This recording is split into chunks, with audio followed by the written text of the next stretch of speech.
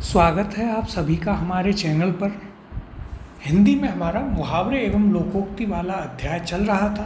3 कक्षाएं हम इस पर कर चुके हैं और लगभग 90 के करीब प्रश्नों तक हम पहुंच चुके हैं और हर प्रश्न के हम चारों विकल्पों का भी आपको अर्थ यहाँ पर बताते हुए जा रहे हैं। इसके अलावा इस वीडियो के डिस्क्रिप्शन में हमारी वेबसाइट का और टेलीग्राम का लिंक है, तो वेबसाइट पर जाकर आप बाकी के सब्जेक्ट्स के भी क्विज़ेस को अटेम्प्ट कर सकते हैं और टेलीग्राम चैनल भी ज्वाइन कर लें, जिससे और क्वेश्चन भी आप प्रैक्टिस कर पाएँ और सारी इन्फॉर्मेशन आपको मिलती रहे।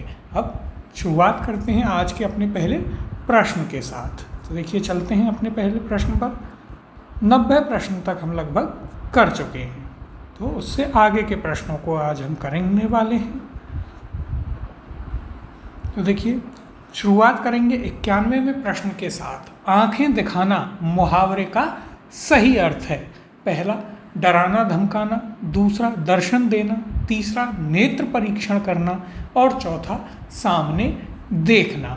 इसका सही उत्तर है ऑप्शन नंबर 1, आंखें दिखाना अर्थात डराना या धमकाना, जो कि हम सामान्यतः करते भी हैं। घर में बच्चे को यदि डराना होता है तो उसकी तरफ आंखें निकाल देते हैं या आंखें दिखा देते हैं।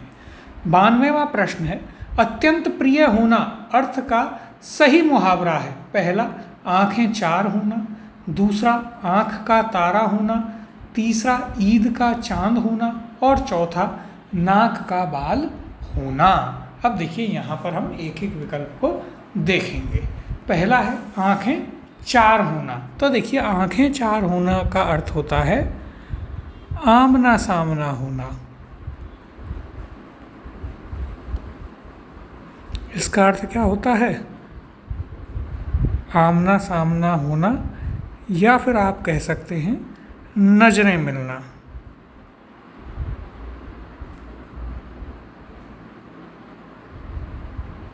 दूसरा क्या है? आंखों का तारा होना, यानी अत्यंत प्रिय होना। तो सही उत्तर हो जाएगा ऑप्शन नंबर 2। अब बाकी के जो विकल्प हैं उन्हें हम एक एक करके देखते हैं। तीसरा क्या है? ईद का चांद होना। ईद का चांद होना अर्थात बहुत दिन बाद दिखाई देना। क्या होता है इसका अर्थ? इसका अर्थ होता है बहुत दिन बाद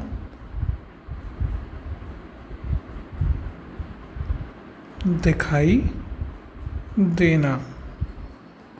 और चौथा है नाक का बाल होना। तो देखिए, कई जगह आप इसका अर्थ पाएंगे अत्यंत प्रिय व्यक्ति होना, तो वहाँ भी आप इसे लिख सकते हैं। और इसके अलावा इसका अर्थ क्या होता है? अत्यंत घनिष्ठ संबंध होना। तो देखिए, इसका अर्थ क्या होता है? देखिए, यहाँ पर गलत लिखने में आ गया। इसका अर्थ क्या होता है? इसका अर्थ होता है अत्यंत घनिष्ठ संबंध होना। और यदि यह ना मिले तो फिर होता है, इसका अर्थ किस रूप में लेते हैं? अत्यंत प्रिय व्यक्ति होना के अर्थ में लेते हैं। तो देखिए, यहाँ भी हमने एक प्रश्न में 4 प्रश्नों को हल किया है। 93वां प्रश्न, अंगारे सिर पर धरना मुहावरे का सही प्रयोग किस वाक्य में हुआ है? पहला, अंगारे सिर पर धर के चलना कोई खेल नहीं है। दूसरा, अंगारे सिर पर धर के चलना आश्चर्यजनक कर्तव्य है। तीसरा, सब अनुकूलताएं हैं फिर अंगारे सिर पर क्यों धरें। और चौथा, स्वतंत्रता संग्राम में बाल, युवा, वृद्धों तक ने अंगारे सिर पर धरे। तो देखिए, सबसे पहले हम अर्थ बताते हैं कि अंगारे सिर पर धरना जो मुहावरा है, इसका अर्थ क्या होता है। तो देखिए, इसका अर्थ होता है विपत्ति मोल लेना। क्या होता है इसका अर्थ? विपत्ति मोल लेना, ये इसका अर्थ होता है। या फिर इसका अर्थ यह भी होता है स्वयं संकट स्वीकार करना। या फिर क्या होता है? या फिर आप ले सकते हैं इसका अर्थ स्वयं संकट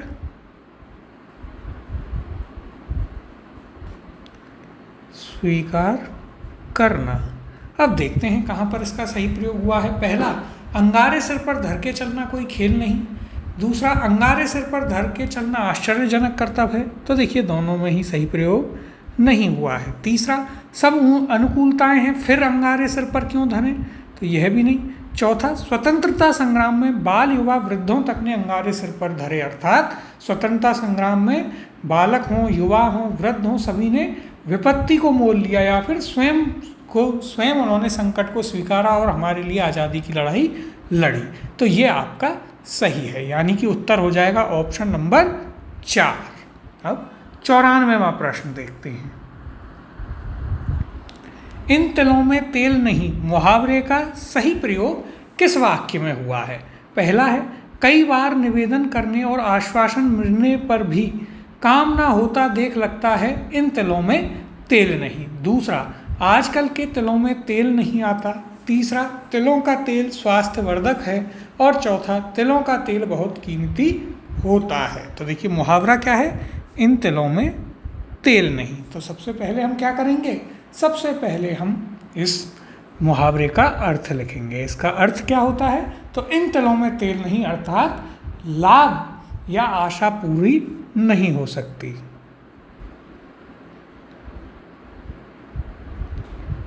क्या अर्थ होता है, लाभ या आशा पूर्ण नहीं हो सकती।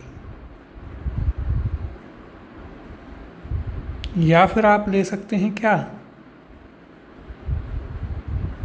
काम नहीं बन सकता, इस अर्थ में भी आप इसे ले सकते हैं। तो वाक्यों में देखते हैं, पहला क्या था, कई बार निवेदन करने और आश्वासन मिलने पर भी काम ना होता देख लगता है इन तिलों में तेल नहीं, यानी कि अब यहाँ से कोई आशा नहीं है, यहाँ पर हमारा काम नहीं हो सकता। तो सही उत्तर हो जाएगा ऑप्शन नंबर 1। 95वां प्रश्न, कलई खुलना मुहावरे का किस वाक्य में सही प्रयोग हुआ है। तो देखिए हमने आपको बताया था कलई खुलना कई बार आया है, ऑप्शंस में आया है, सीधे सीधे भी पूछा गया है। विकल्प देखते हैं, पहला है, कलई खुलने से बर्तनों पर चमक आ जाती है। दूसरा, दोनों में इतना प्रेम है कि एक दूसरे की कलई खोलते हैं। तीसरा देखते हैं, उसने नेताजी की कलई खोल दी। और चौथा, पीतल के बर्तनों पर कलई खुलती है। तो मुहावरा क्या है, कलई खुलना। तो सबसे पहले हम इसका क्या लिखेंगे, कलई खुलना का अर्थ लिखेंगे। तो कलई खुलना मुहावरा हमने आपको बताया है पहले, और इसका अर्थ क्या होता है, तो इसका अर्थ होता है कि किसी का रहस्य उजागर हो जाना। किस संदर्भ में आप इसे प्रयोग में लेते हैं, रहस्य उजागर हो जाना के संदर्भ में आप इसे कई बार प्रयोग में लेते हैं। तो अब इसे हम यहाँ पर लिख लेते हैं। तो देखिए,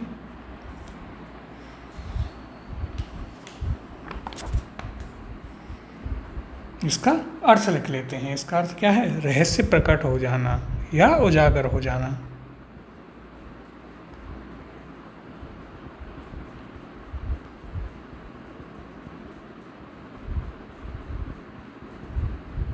अब वाक्यों में प्रयोग देख लेते हैं कहाँ पर सही हुआ है। पहला है, कलई खुलने से बर्तनों पर चमक आ जाती है। तो यह तो बिल्कुल गलत है, बर्तनों का क्या रहस्य। दूसरा, दोनों में इतना प्रेम है कि एक दूसरे की कलई खोलते हैं। यदि दो व्यक्तियों में प्रेम होगा तो वे एक दूसरे के रहस्य को कभी प्रकट नहीं करेंगे, यह भी गलत। तीसरा, उसने नेताजी की कलई खोल दी, अर्थात उसने नेताजी की पोल खोल दी या रहस्य प्रकट कर दिया। तो यह आपका सही प्रयोग हुआ है, यानी कि ऑप्शन नंबर 3 आपका यहाँ पर सही उत्तर हो जाएगा। अब अगले प्रश्न की ओर चलते हैं। 96वां प्रश्न, बरस पड़ना मुहावरे का सही प्रयोग किस वाक्य में हुआ है। यदि आपने हमारी कक्षाएं शुरू से ली हैं तो आपको पता होगा कि पहली ही कक्षा में यह प्रश्न आया था। ऑप्शन है, पहला, आसमान में बादल घिरे और बरस पड़े। दूसरा, बिन बादल बरस पड़ना चकित करता है। तीसरा, गलती राम ने की पर साहब श्याम पर बरस पड़े। और चौथा, सेठ ने भिखारी को इतना धन दिया जैसे वे बरस पड़े हों। तो सबसे पहले यहाँ पर हम बरस पड़ना मुहावरे का अर्थ देख लेते हैं। इसका अर्थ क्या होता है, इसका अर्थ होता है क्रोध करना, या फिर आप इसे डांटना इस रूप में भी ले सकते हैं। तो देखते हैं एक एक करके वाक्यों को। पहला, आसमान में बादल घिरे और बरस पड़े। तो यह तो सही प्रयोग में नहीं लिया गया। दूसरा, बिन बादल बरस पड़ना चकित करता है, यह भी गलत है। तीसरा, गलती राम ने की पर साहब श्याम पर बरस पड़े, अर्थात गलती तो राम ने की पर साहब ने श्याम पर गुस्सा किया या उसे डांटा, तो यह आपका सही है, यानी ऑप्शन नंबर 3 आपका सही उत्तर होगा। अब 97वें प्रश्न, एक अनार 100 बीमार लोकोक्ति का सही अर्थ है। देखिए यह आपके लिए महत्वपूर्ण है, कई बार यह परीक्षाओं में पूछी जा चुकी है। पहला, अनार बीमार का इलाज। दूसरा, एक अनार को 100 बीमार खाने वाले। तीसरा, अनार का अत्यधिक महत्व। और चौथा, वस्तु कम और प्रयोगता अधिक।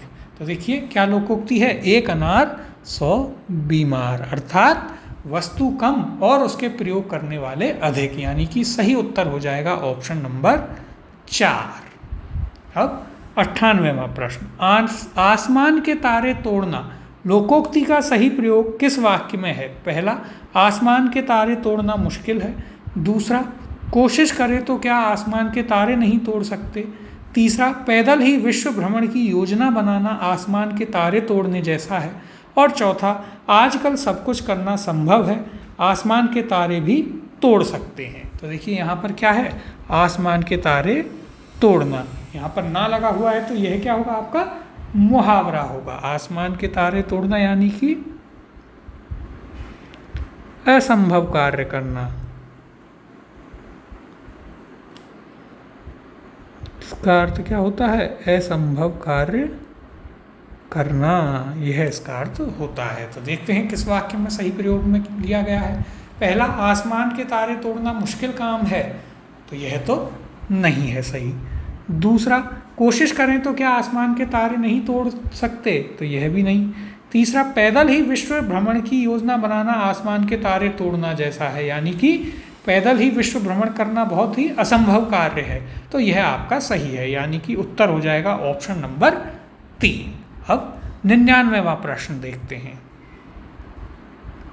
अब पछताए होत का जब चिड़िया चुग गई खेत लोकोक्ति का सही अर्थ है। तो देखिए यह तो आप बचपन से ही पढ़ते आ रहे हैं, तो काफ़ी आसानी से इसे कर लेंगे। विकल्पों को देखते हैं। पहला है, चिड़िया को समाचेत होकर भगाएं। दूसरा, चिड़िया के खेत चुगने पर पछताना व्यर्थ है। तीसरा, चिड़िया को खेत में चुगने दे तो पछताना ना पड़े। चौथा, समय बीतने पर पश्चाताप करना व्यर्थ है। तो क्या कहावत है, अब पछताए होत का जब चिड़िया चुग गई खेत, अर्थात जब समय निकल गया उसके बाद पश्चाताप करने का कोई लाभ नहीं है, यानी कि सही उत्तर हो जाएगा ऑप्शन नंबर 4। अब 100वां प्रश्न देखिए, अब सेंचुरी हम लगा चुके हैं। खोदा पहाड़ निकली चूहिया लोकोक्ति का सही अर्थ है। पहला, अधिक परिश्रम करके भी कम लाभ होना। दूसरा देखते हैं, कठिन कार्य करना। तीसरा, पहाड़ खोदने पर चूहा निकलना। और चौथा, बहुत मेहनत करना। तो देखिए क्या है लोकोक्ति, खोदा पहाड़ निकली चुहिया, अर्थात अत्यधिक मेहनत करने पर भी बहुत कम लाभ होना। तो इसका सही उत्तर हो गया ऑप्शन नंबर 1। तो यहाँ तक हमने 100 प्रश्न कर लिए हैं और लगभग सभी प्रश्नों में हमने आपको 4 प्रश्न कराए हैं, यानी कि लगभग अब तक आप 350-400 प्रश्न यहाँ पर आराम से कर चुके हैं। अब चलते हैं अगले प्रश्न की ओर और देखते हैं प्रश्न संख्या 101। गंगा गए गंगादास, जमुना गए जमुनादास लोकोक्ति का अर्थ है। पहला, अवसरवादी होना। दूसरा, जहाँ स्नान करो उसी नदी का नाम रख लेना। तीसरा, परिवर्तनशील होना। और चौथा, नदियों के बदलने पर नाम बदल लेना। तो देखिए लोकोक्ति क्या दी गई है, गंगा गए गंगादास, जमुना गए जमुनादास। तो यह पहले भी एक विकल्प में आया था, वहाँ पर हमने आपको इसका अर्थ बताया भी था। इसका अर्थ होता है अवसरवादी होना। गंगा गए तो गंगादास हो गए, जमुना गए तो जमुनादास हो गए, अर्थात अवसरवादी होना। तो सही उत्तर हो जाएगा ऑप्शन नंबर 1। 102वां प्रश्न है, किस मुहावरे के आगे उसका सही अर्थ लिखा हुआ है। पहला, उल्टी गंगा बहाना, अनुकूल कार्य करना। तो देखिए यह तो यहाँ पर अनुकूल कार्य करना। दूसरा, खरी खरी सुनाना, बहुत ज़्यादा बोलना। तीसरा, अंक भरना, बढ़िया लिखना। चौथा, पट्टी पढ़ाना, बुरी राय देना। तो पूछा है सही अर्थ, तो यानी कि एक सही है, बाकी के 3 में गलत है। तो उन तीनों का शुद्ध अर्थ हम आपको बताएंगे। और सही उत्तर में तो सही अर्थ होगा ही। तो पहला क्या है, उल्टी गंगा बहाना। तो देखिए उल्टी गंगा बहाना का अर्थ क्या होता है, इसका अर्थ होता है प्रतिकूल कार्य करना, यानी कि विपरीत कार्य करना। तो इसका अर्थ क्या हो गया, प्रतिकूल या विपरीत कार्य करना।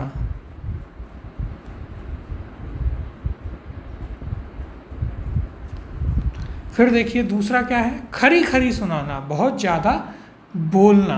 तो देखिए यह तो गलत है, इसका सही अर्थ क्या होता है, स्पष्ट कहना। तो देखिए यहाँ पर इन्होंने सही अर्थ भी लिख दिया था, तो लेकिन यह प्रश्न का भाग नहीं था, तो इसे आप मिटा ही लीजिए। इसका अर्थ क्या होता है, खरी खरी सुनाना, स्पष्ट कहना।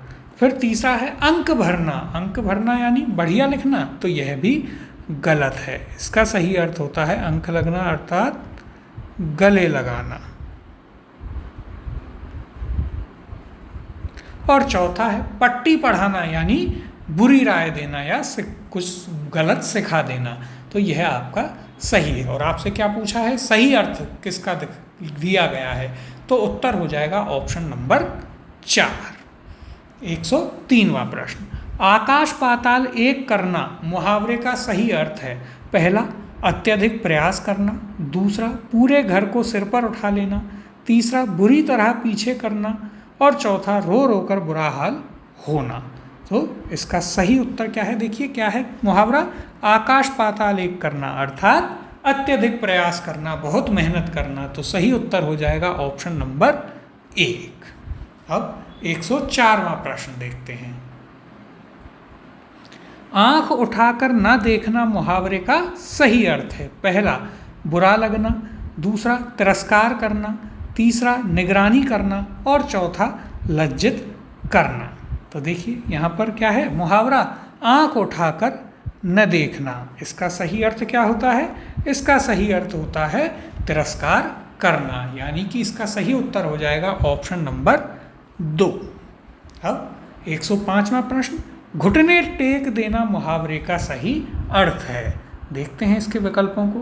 पहला है दांत खट्टे करना, दूसरा शत्रु को पराजित करना, तीसरा शर्मिंदा होना, और चौथा हार स्वीकार कर लेना। तो मुहावरा क्या है, घुटने टेक देना। घुटने टेक देना अर्थात हार स्वीकार कर लेना, हार मान लेना, यानी कि आपका सही उत्तर हो जाएगा यहाँ पर ऑप्शन नंबर 4, हार स्वीकार कर लेना। अब अगले प्रश्न की ओर चलते हैं और 106वां प्रश्न देखते हैं, जिन ढूंढा तिन पाइया गहरे पानी पैठ। देखिए यहाँ पर ये यानी नहीं पानी है, गहरे पानी पैठ लोकोक्ति का सही अर्थ है। देखिए यह महत्वपूर्ण है और पहले भी 2-3 बार यह आ चुका है, हम इससे आपको पहले बता चुके हैं। तो यहाँ पर पहला विकल्प है काम करने में शीघ्रता करना, दूसरा परिश्रम का फल अवश्य मिलता है, तीसरा सांसारिकता में लिप्त रहकर ईश्वर को प्राप्त करना, और चौथा बिना प्रयास के लाभ होना। सही उत्तर है देखिए जिन ढूंढा तिन पाइयाँ गहरे पानी पैठ अर्थात परिश्रम का फल अवश्य मिलता है, यानी कि सही उत्तर हो गया आपका ऑप्शन नंबर 2।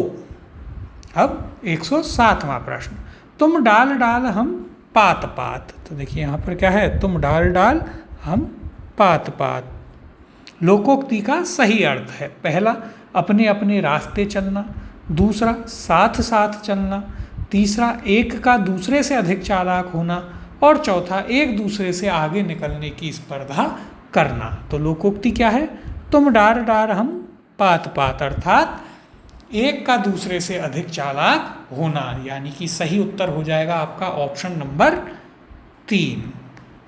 तुम डाल डाल हम पात पात अर्थात एक का दूसरे से अधिक चालाक होना। 108वां प्रश्न, किस लोकोक्ति के सामने उसका सही अर्थ लिखा हुआ है। पहला अधजल गगरी छलकत जाए, बिना सोचे समझे किया गया कार्य, दूसरा आँख का अंधा नाम नयन सुख यथा नाम तथा गुण, तीसरा सांप मरे ना लाठी टूटे यानी दोनों ओर से लाभ होना, और चौथा हाथ कंगन को आरसी क्या अर्थात प्रत्यक्ष को प्रमाण क्या। तो देखते हैं एक एक करके इन्हें पुनः क्या पूछा है किसका सही अर्थ लिखा हुआ है? पहला क्या है, अधकल गगरी छलकत जाए, अर्थात बिना सोचे समझे किया गया कार्य, तो यह तो आपका गलत हो गया। देखते हैं इसका सही अर्थ क्या होता है। अधकल गगरी छलकत जाए, इसका अर्थ होता है कि ओछा व्यक्ति ज़्यादा इतराता है। क्या अर्थ होता है? देखिए,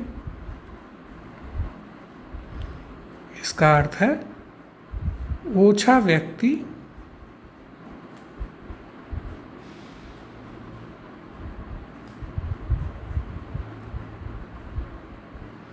ज़्यादा इतराता है।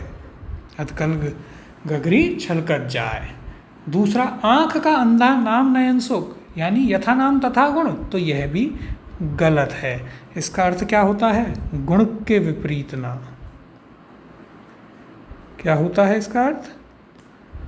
गुणों के विपरीत नाम।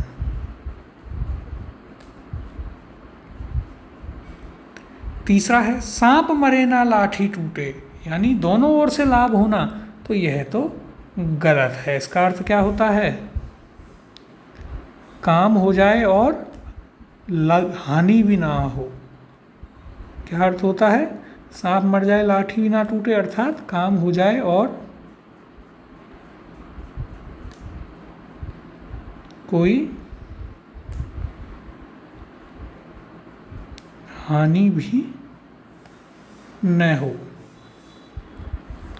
चौथा है, हाथ कंगन को आरसी क्या, अर्थात प्रत्यक्ष को प्रमाण क्या, यानी कि प्रत्यक्ष को प्रमाण की आवश्यकता नहीं होती, तो यह आपका सही है। और आपसे क्या पूछा है? सही अर्थ किसका लिखा हुआ है, तो उत्तर हो जाएगा इसका ऑप्शन नंबर 4। अब 109वां प्रश्न देखते हैं।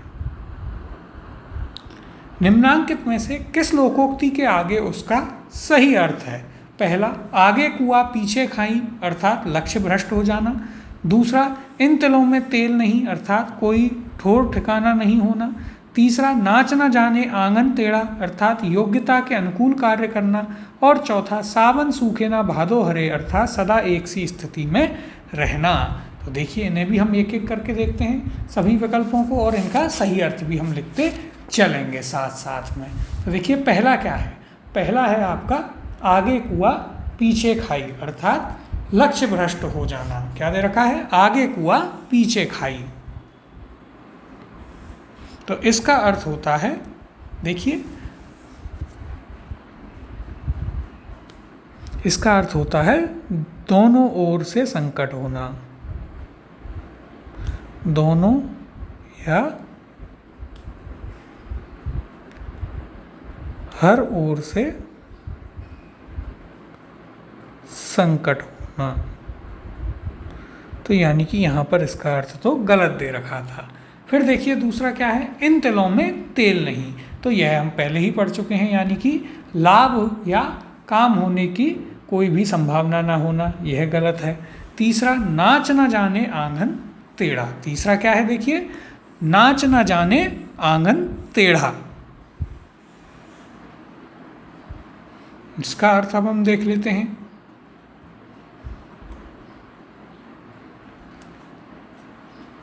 तो देखिए, यहाँ पर क्या दिया गया है? योग्यता के अनुकूल कार्य करना, तो यह तो गलत है। इसका हम देखिए यहाँ पर क्या लिखेंगे, इसका अब हम सही अर्थ लिख लेते हैं, नाच न जाने आंगन टेढ़ा का, यानी कि अपना दोष दूसरों के सर मढ़ना। क्या हो गया? अपना दोष दूसरों पर डालना।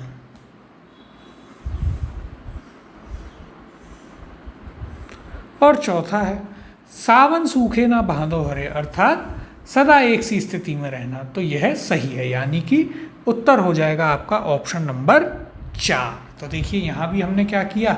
चारों ही जो विकल्प हैं उनके सही अर्थ हमने यहाँ पर लिखे हैं। अब अगले प्रश्न की ओर चलते हैं और देखते हैं प्रश्न संख्या 110। लोकोक्ति व मुहावरे में सही अंतर है। तो देखिए, यह आपके लिए महत्वपूर्ण प्रश्न है, कई बार इस प्रकार की चीज़ें पूछ ली जाती हैं। पहला, लोकोक्ति और मुहावरा दोनों ही पूर्ण वाक्य होते हैं। दूसरा, लोकोक्ति और मुहावरा दोनों ही वाक्यांश मात्र होते हैं। तीसरा, लोकोक्ति पूर्ण वाक्य होती है, मुहावरा वाक्यांश मात्र होता है।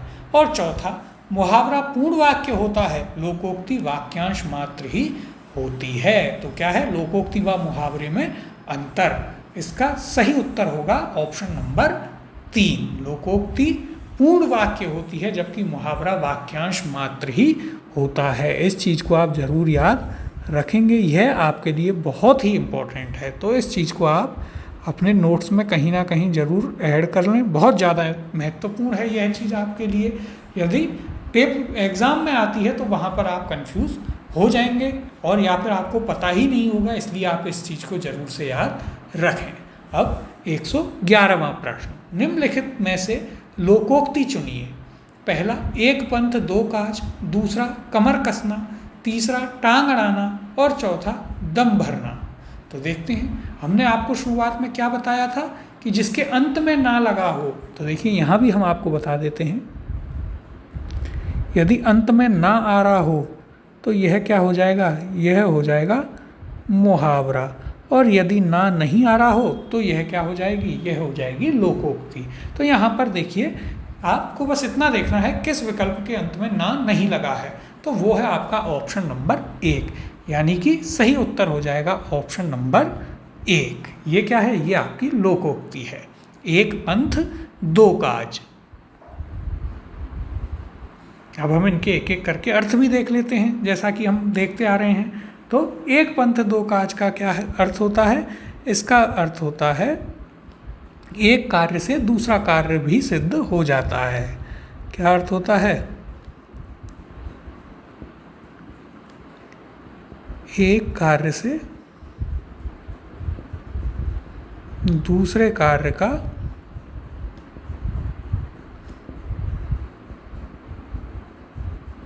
सिद्ध होना क्या कहलाता है, एक पंथ दो काज। फिर देखिए दूसरा क्या है, कमर कसना। कमर कसना अर्थात तैयार होना।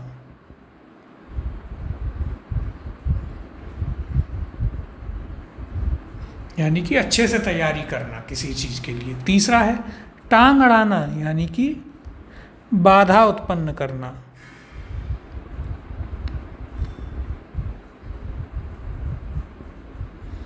टांग अड़ाना अर्थात बाधा उत्पन्न करना।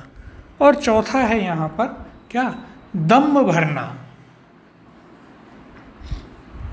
तो देखिए इसका अर्थ भी देख लेते हैं, दम भरना। तो देखिए इसका अर्थ होता है कि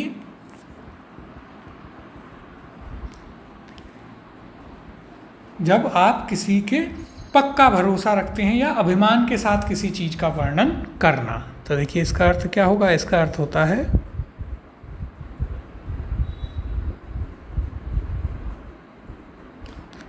अभिमान दिखाना। एक प्रकार से किसी भी चीज़ पर, जैसे आप अपनी दोस्ती पर दंभ भरते हैं कि मुझे कोई दिक्कत नहीं है, मेरा दोस्त आ जाएगा, तो उस प्रकार से आप क्या करते हैं, अभिमान दिखाते हैं या भरोसा दिखाते हैं।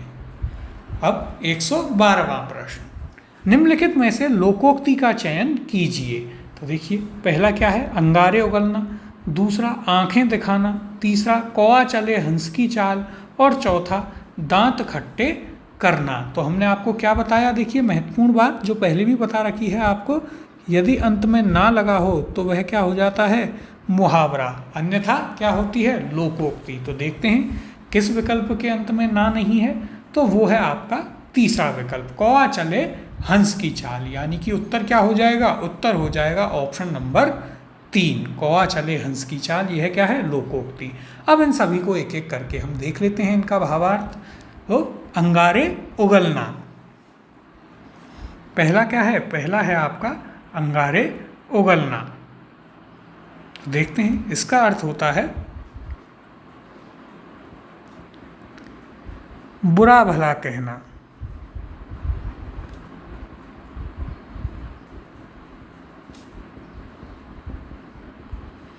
या फिर क्रोध में बोलना। फिर देखिए दूसरा क्या है, आंखें दिखाना, यानी कि अभी पहले आया था एक विकल्प में, प्रश्न ही था वहाँ पर, ये क्या होता है, डराना धमकाना। इसका अर्थ क्या होता है, डराना धमकाना होता है। इसके बाद तीसरा क्या है, कौआ चला हंस की चाल। यानी कि कौआ चले हंस की चाल। तो देखिए इसका अर्थ क्या होता है, इसका अर्थ होता है कि जब कोई भी व्यक्ति अपने गुणों को भूलकर या फिर किसी और की नकल करने की कोशिश करता है तो उसे क्या बोलते हैं, कौआ चले हंस की चाल। और चौथा है दांत खट्टे करना, अर्थात हरा देना या पराजित कर देना। तो देखिए यहाँ पर भी हमने क्या है, आपके एक ही प्रश्न से 4 प्रश्न तैयार कर लिए। अब 113वां प्रश्न देखते हैं। ईद का चांद होना मुहावरे का सही अर्थ है। अभी यह एक विकल्प में आया भी था और हमने आपको वहाँ पर इसका अर्थ बताया था। फिलहाल इसके विकल्प देखते हैं। पहला है ईद का त्यौहार होना, दूसरा ईद पर चांद को लाना, तीसरा ईद पर चांदी काटना और चौथा बहुत दिनों बाद दिखाई देना। तो मुहावरा क्या है, ईद का चांद होना अर्थात बहुत दिनों बाद दिखाई देना। तो सही उत्तर हो जाएगा ऑप्शन नंबर 4। अब देखिए यहाँ पर एक क्या दे रखा है, चांदी कटना। तो चांदी कटना अर्थात क्या होता है, यह आपका पहले आ चुका था मुहावरे में। तो चांदी कटना अर्थात अत्यधिक धन लाभ होना। अब 114वां प्रश्न, सब्ज बाग दिखाना मुहावरे का सही अर्थ है। तो देखिए यह एक बिल्कुल ही अलग मुहावरा है, आपको इतनी आसानी से या यूजुअली ये देखने को नहीं मिलता है, तो इसे आप महत्वपूर्ण मार्क कर लें। यदि थोड़ा सा अलग या अटपटा उसे देना होगा तो इस प्रकार के प्रश्न वहाँ पर डाल देगा।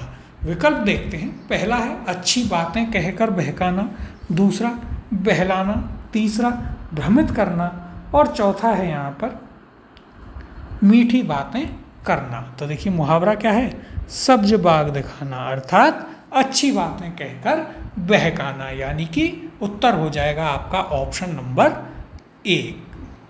तो यह आप याद रखेंगे, महत्वपूर्ण है आपके लिए, पूछा जा सकता है और वहाँ पर आपको कंफ्यूज करेगा। अब अगले प्रश्न की ओर चलते हैं और देखते हैं प्रश्न संख्या 115। बहुत ऊधम मचाना के लिए उपयुक्त मुहावरा है।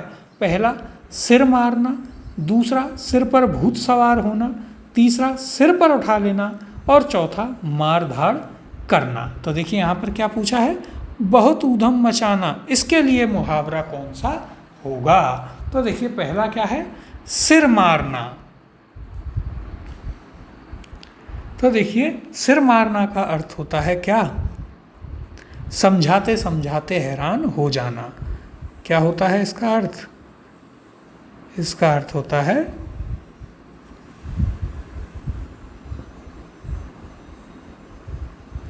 समझाते समझाते परेशान हो जाना या हैरान हो जाना।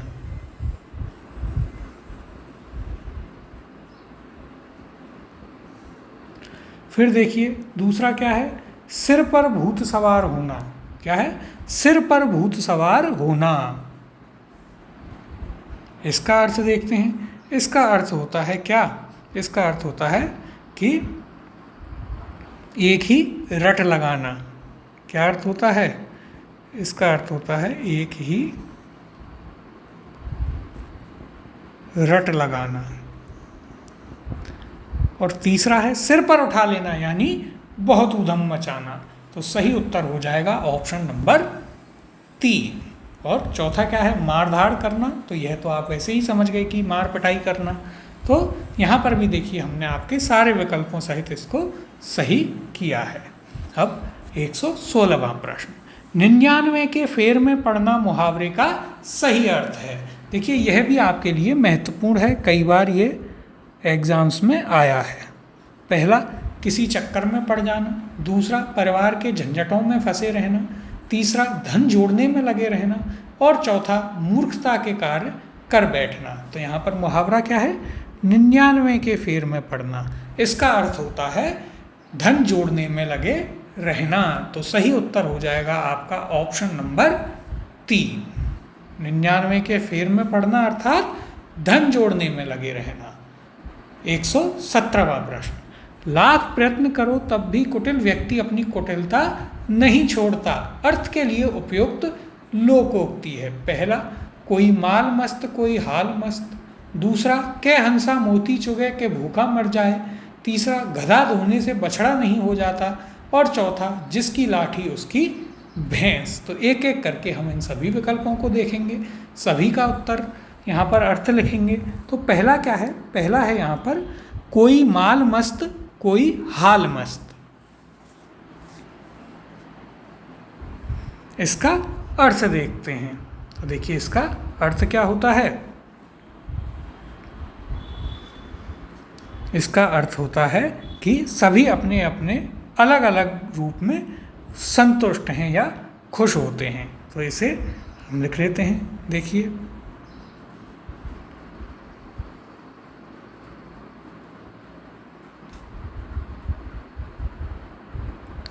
सभी अपने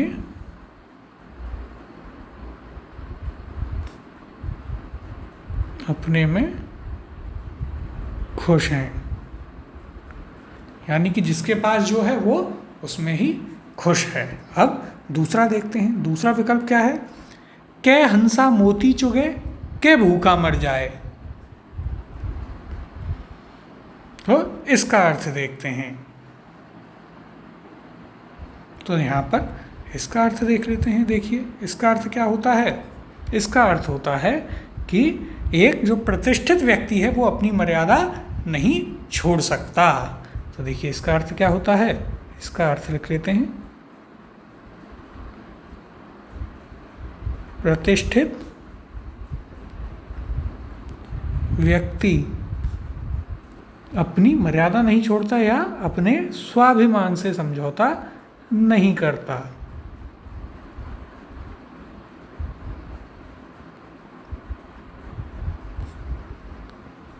स्वाभिमान से समझौता नहीं करता। और तीसरा है गधा धोने से बछड़ा नहीं हो जाता, यानी कि लाख प्रयत्न करो जब भी कुटिल व्यक्ति अपनी कुटिलता नहीं छोड़ता, यानी कि सही उत्तर हो जाएगा यहाँ पर ऑप्शन नंबर 3। और चौथा क्या है? जिसकी लाठी उसकी भैंस, अर्थात इसका अर्थ क्या होगा? तो देखिए जिसकी लाठी उसकी भैंस, इसका अर्थ होता है कि जो बलवान है उसे स्वतः ही अपने अधिकार मिल जाते हैं। तो देखिए इसका अर्थ लिख लेते हैं। शक्तिशाली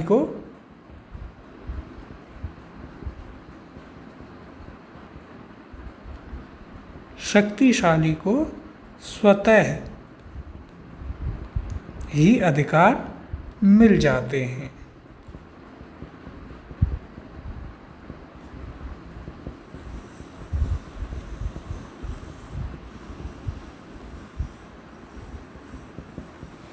तो यह आप याद रखें। अब 118वां प्रश्न देखते हैं।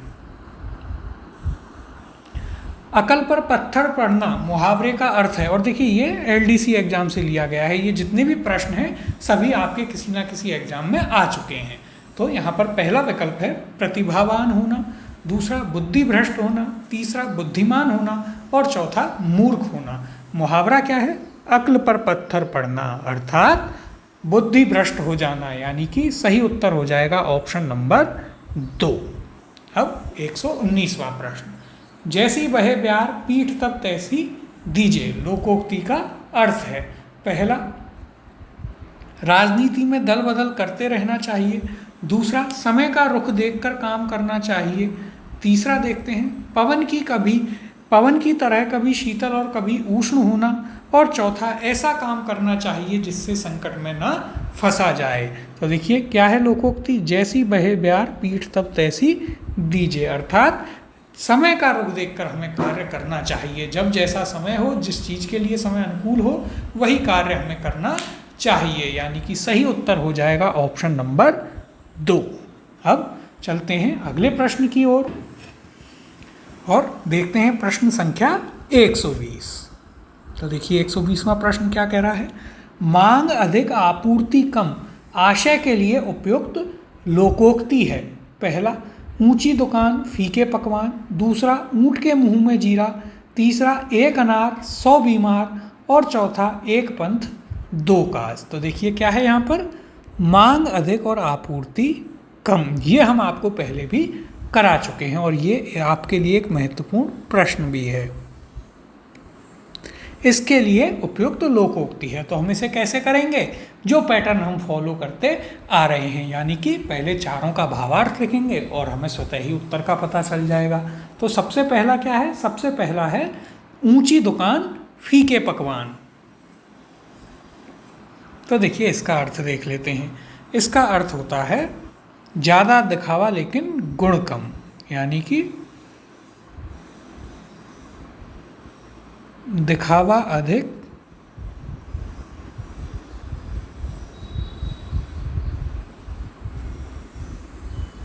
लेकिन देखिए यहाँ पर इसे सही से लिख लेते हैं, लेकिन वास्तविकता में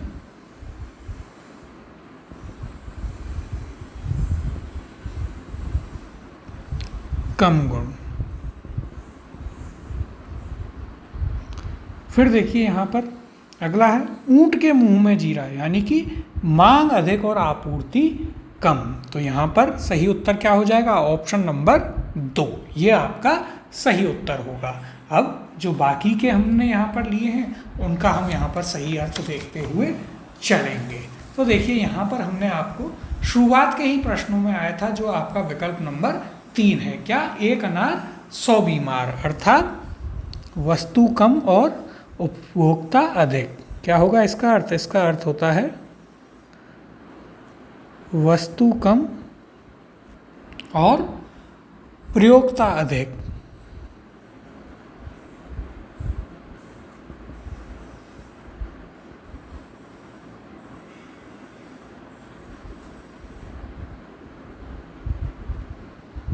यह इसका अर्थ होता है। तो देखिए यहाँ पर दोनों में कंफ्यूज नहीं होना है। ऊंट के मुंह में जीरा यानी मांग अधिक आपूर्ति कम, जो हमने एक प्रश्न किया था जिसमें क्या पूछा गया, क्या कहा गया था कि राजस्थान में जो राहत सामग्री आ रही है वह कैसी है? ऊंट के मुंह में जीरे के समान। और एक अनार 100 बीमार, अर्थात वस्तु कम है और उसके प्रयोग करने वाले अधिक हैं। फिर देखिए एक पंथ दो काज। एक पंथ दो काज अभी हमने थोड़ी देर पहले किया। इसका अर्थ क्या होता है? एक काम से दूसरे काम का बन जाना। एक काम से दूसरा काम बनना। अब 121वां प्रश्न, स्थिति दयनीय होने पर भी घमंड न छोड़ना के लिए लोकोक्ति है। पहला ऊंट के मुंह में जीरा, दूसरा चोर की दाढ़ी में तिनका, तीसरा रस्सी जल गई पर ऐंठन ना गई और चौथा गरजे पर बरसे नहीं। तो देखिए इन्हें हम एक एक करके देख लेते हैं। पहला क्या है? ऊंट के मुंह में जीरा, अर्थात मांग अधिक आपूर्ति कम। अभी हमने देखा, यह तो ऊपर वाले ही प्रश्न में। क्या अर्थ होता है इसका? इसका अर्थ होता है मांग अधिक और आपूर्ति कम। दूसरा चोर की दाढ़ी में तिनका, यानी कि इसका अर्थ क्या होता है कि जो गुनहगार व्यक्ति है या दोषी व्यक्ति जो होता है वो हमेशा चिंतित रहता है। तो देखते हैं इसका अर्थ भी लिख लेते हैं। देखिए इसका अर्थ क्या है?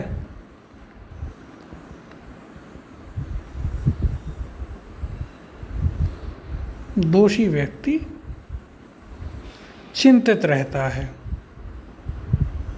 कि पता नहीं कब पकड़ में आ जाए।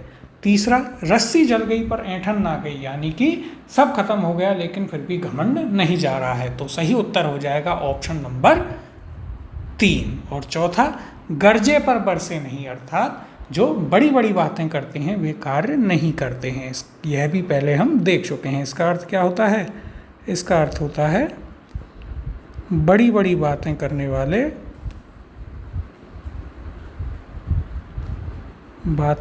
वाले कार्य नहीं करते।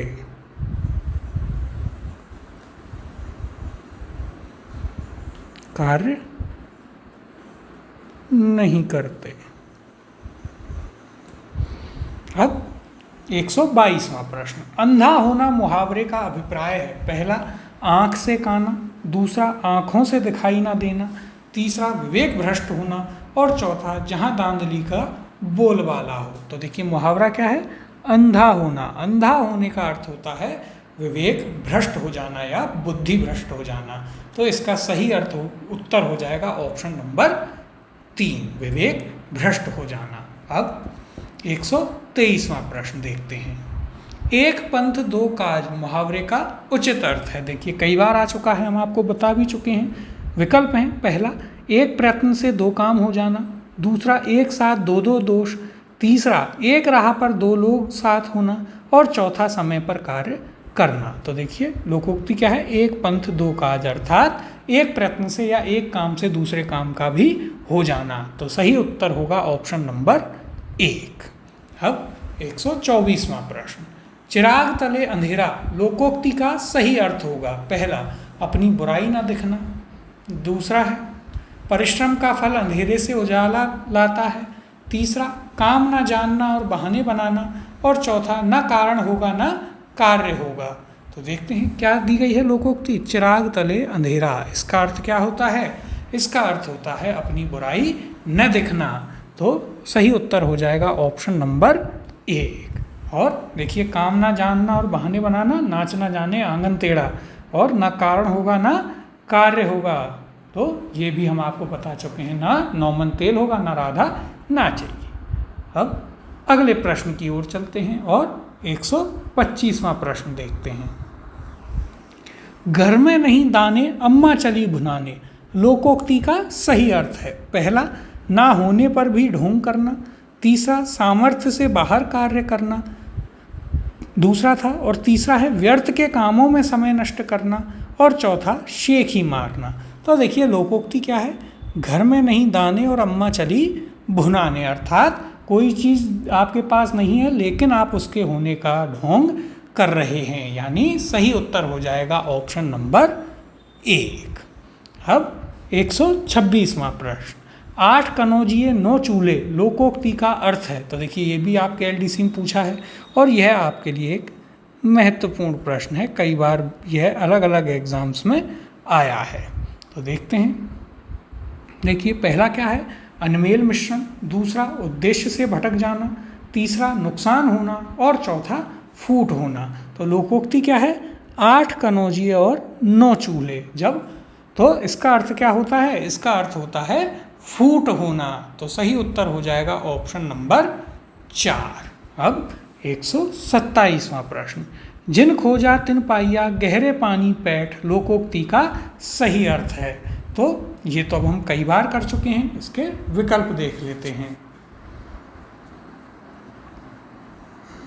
पहला है संकल्पशील व्यक्ति कठिन परिश्रम द्वारा लक्ष्य प्राप्त ही कर लेते हैं, दूसरा संकल्पशील व्यक्ति पानी में तैर सकता है, तीसरा पानी में गहरे उतरकर खोजना, और चौथा है पानी में सांस रोककर अंदर तक पहुंच जाना। तो देखिए हम आपको कई बार बता चुके हैं, जिन खोजा तिन पाइया गहरे पानी पैठ, अर्थात लगातार परिश्रम से आपको फल अवश्य मिलता है, सफलता अवश्य मिलती है, या फिर संकल्पशील व्यक्ति कठिन परिश्रम द्वारा लक्ष्य प्राप्त कर ही लेता है, यानी कि सही उत्तर हो जाएगा ऑप्शन नंबर 1। तो देखिए ऐसा नहीं है कि आपको एकदम एग्जैक्ट यही की यही भावार्थ वहाँ पर देखने को मिले, लेकिन कहीं ना कहीं उसमें यही भावार्थ निहित होगा, वही भावार्थ आ रहा होगा। तो आपको अच्छे से वहाँ पर इन चीज़ों को ध्यान में रखना है, आपको काफ़ी आसानी भी उससे हो जाएगी।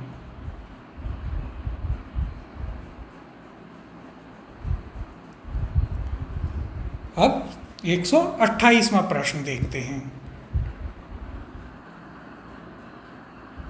सावन सूखा ना भादो हरा लोकोक्ति का अर्थ है।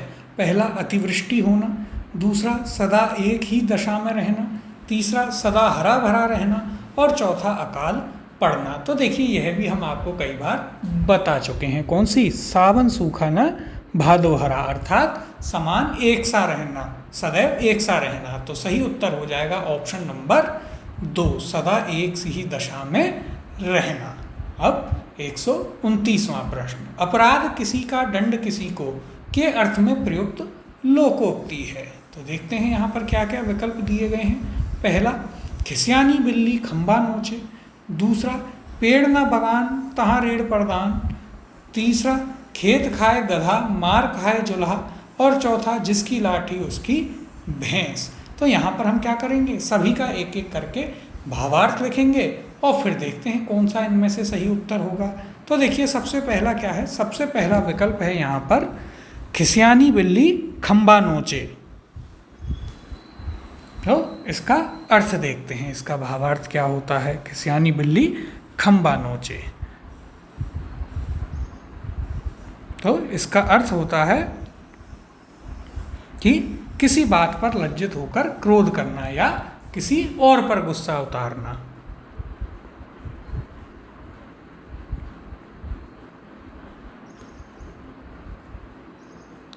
किसी बात पर क्रोधित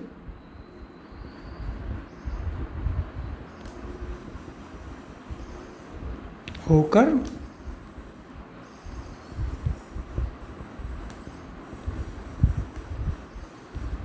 दूसरे पर गुस्सा उतारना, उसके लिए क्या कहते हैं, खिसियानी बिल्ली खंबा नोचे। फिर दूसरा विकल्प क्या है, पेड़ ना बगान तहाँ रेड़ परधान।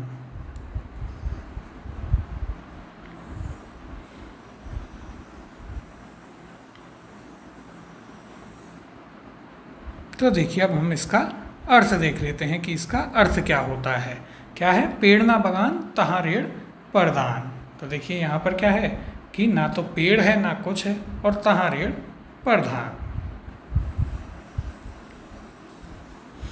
अर्थात कि जहाँ पर पेड़ पौधे ना हो वहाँ रेड़ का पौधा ही प्रधान माना जाता है। फिर तीसरा है खेत खाए गधा मार खाए जुल्हा, यानी कि कांड तो कोई और करे और फंसे कोई और, यानी कि मार कोई और खाए। तो अपराध किसी का दंड किसी को। सही उत्तर हो जाएगा ऑप्शन नंबर 3, खेत खाए गधा और मार खाए जुल्हा। चौथा है जिसकी लाठी उसकी भैंस। तो देखिए जिसकी लाठी उसकी भैंस, यह तो हमने आपको अभी बताया थोड़ी देर पहले। इसका अर्थ क्या होता है, शक्तिशाली को अपने अधिकार स्वयं ही मिल जाते हैं। तो लिख लेते हैं, देखिए क्या अर्थ है इसका। इसका अर्थ है शक्तिशाली को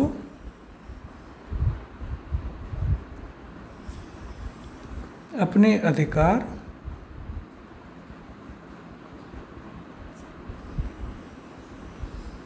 स्वतः मिल जाते हैं। अब 130वें प्रश्न की ओर चलते हैं।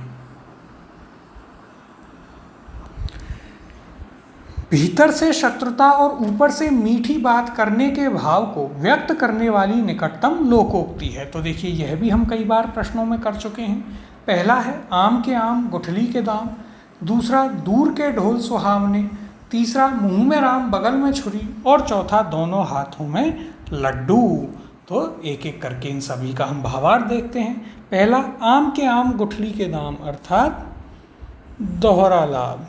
क्या होता है इसका अर्थ, इसका अर्थ होता है दोहरा लाभ। फिर देखिए दूसरा है दूर के ढोल सुहावने, यानी कि दूसरे की वस्तु हुई अच्छी लगती है। क्या अर्थ होता है, इसका अर्थ होता है दूसरे की वस्तु, अर्थात जो चीज़ अपने पास ना हो वही अच्छी लगती है। दूसरे की वस्तु अच्छी लगती है, यह हमने आपको पिछली कक्षा में अच्छे से समझाया था। तीसरा मुंह में राम बगल में छुरी, यानी कि मन में शत्रुता और बाहर प्रेम का दिखावा। तो सही उत्तर हो जाएगा ऑप्शन नंबर 3। और चौथा दोनों हाथों में लड्डू, यानी कि लाभ ही लाभ। क्या अर्थ होगा इसका, इसका अर्थ होगा यहाँ पर लाभ ही लाभ होना। अब 131वां प्रश्न, बहुत कष्ट होना अर्थ के लिए निकटतम मुहावरा है। पहला छाती पर धरकर ले जाना, दूसरा छाती पीटना, तीसरा छाती पर मूंग दलना, और चौथा छाती फटना। तो देखिए यहाँ पर क्या है बहुत कष्ट होना, इसके लिए आपको मुहावरा बताना है। पहला, छाती पर धरकर ले जाना, जो कि हम बोलते हैं कि हम मरने के बाद छाती पर धरकर ले जाएगा, यानी अपने साथ ले जाना। दूसरा यहाँ पर क्या है, दूसरा है आपके पास छाती पीटना। तो देखिए दूसरा क्या है, दूसरा है छाती पीटना। तो इसका अर्थ क्या होता है, इसका अर्थ होता है रोना। तीसरा है छाती पर मूंग दलना, अर्थात पास रहकर कष्ट देना। पिछली कक्षा में हमने यह किया है। क्या अर्थ होता है इसका, इसका अर्थ होता है पास रहकर कष्ट देना। जब युवा बेरोजगार होता है तो घर वाले भी बोल देते हैं कि हमारी छाती पर मूंग दल रहा है। और चौथा, छाती फटना, अर्थात बहुत दुख होना या बहुत कष्ट होना। तो सही उत्तर हो जाएगा ऑप्शन नंबर 4। अब 132वां प्रश्न, ढाक के 3 पात होना का इनमें से सही अर्थ है। पहला, स्थिति को ढककर रखना। दूसरा, सदैव एक सी स्थिति। तीसरा, स्थिति नियंत्रण में होना। और चौथा, सबसे अलग स्थिति। तो देखिए यहाँ पर क्या है मुहावरा, ढाक के 3 पात होना, अर्थात हमेशा एक सी स्थिति में रहना। तो सही उत्तर हो जाएगा ऑप्शन नंबर 2, सदैव एक सी स्थिति, अर्थात ढाक के 3 पात। अब 133वां प्रश्न देखते हैं, अनधिकारी को कोई अधिकार नहीं मिलना चाहिए, इस अर्थ हेतु उपयुक्त लोकोक्ति होगी। पहला, खुदा गंजे को नाखून ना दे। दूसरा, खिसियानी बिल्ली खंबा नोचे। तीसरा, गंजे के नह नहीं होते। और चौथा, खूंटे के बल बछड़ा कूदे। तो देखिए यहाँ पर क्या है, अनधिकारी को कोई अधिकार नहीं मिलना चाहिए, इसके लिए उपयुक्त लोकोक्ति क्या होगी। तो पहला है, खुदा गंजे को नाखून ना दे। तो यहाँ पर सही उत्तर हो जाएगा आपका कौन सा, ऑप्शन नंबर 1, खुदा गंजे को नाखून ना दे, अर्थात अनधिकारी को कोई अधिकार नहीं मिलना चाहिए। और दूसरा, खिसियानी बिल्ली खंबा नोचे, ये हम आपको बता ही चुके हैं। तो इस प्रश्न का सही उत्तर हो जाएगा ऑप्शन नंबर 1। अब अगले प्रश्न की ओर चलते हैं और देखते हैं प्रश्न संख्या 134। सूरज पर थूकना मुहावरे का सही अर्थ है। पहला, निर्दोष पर कलंक लगाकर बदनाम करना। दूसरा, असंभव कार्य करना। तीसरा, सूर्य से घृणा करना। और चौथा, लीक से हटकर कार्य करना। तो देखिए यहाँ पर क्या है मुहावरा, सूरज पर थूकना। सूरज पर थूकना अर्थात निर्दोष पर कलंक लगाकर उसे बदनाम करना। तो सही उत्तर हो जाएगा ऑप्शन नंबर 1। अब 135वां प्रश्न, कार्य समाप्ति में देर होना किस मुहावरे का अर्थ है। पहला, हथेली पर सरसों उगाना। दूसरा, दिल्ली दूर होना। तीसरा, 2 नावों पर सवार होना। और चौथा, सड़क नापना। तो देखिए यहाँ पर क्या दे रखा है, कार्य समाप्ति में देर होना। यह पूछा है कि किस मुहावरे का अर्थ है। तो पहला क्या है, हथेली पर सरसों उगाना। तो यदि आपको याद होगा तो यह हमने कल की कक्षा में किया था। क्या था, हथेली पर सरसों उगाना अर्थात कठिन या असंभव कार्य को तुरंत करने की कोशिश करना। तो इसका अर्थ क्या होता है, इसका अर्थ होता है कठिन या असंभव कार्य को जल्द करने की कोशिश करना।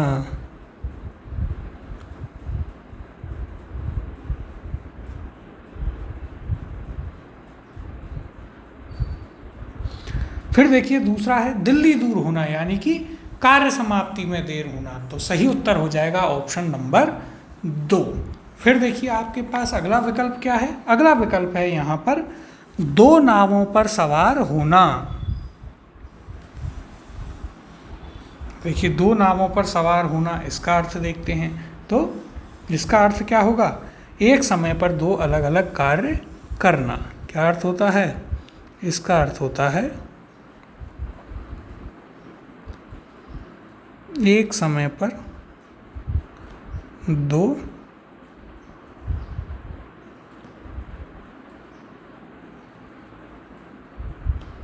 अलग अलग कार्य करना। तो इसका अर्थ क्या होता है? एक समय पर दो अलग अलग कार्य करना। अगला है सड़क नापना। तो देखिए ये तो आपका ऐसे ही है, तो यहाँ पर सही उत्तर हो जाएगा ऑप्शन नंबर 2, दिल्ली दूर होना।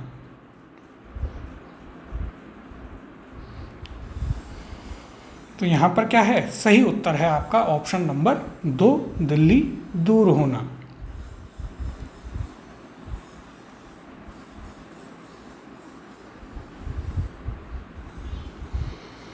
136वां प्रश्न, तू डाल डाल में पात पात लोकोक्ति का सही अर्थ है। तो देखिए ये हम थोड़ी देर पहले ही एक प्रश्न में करके आए हैं।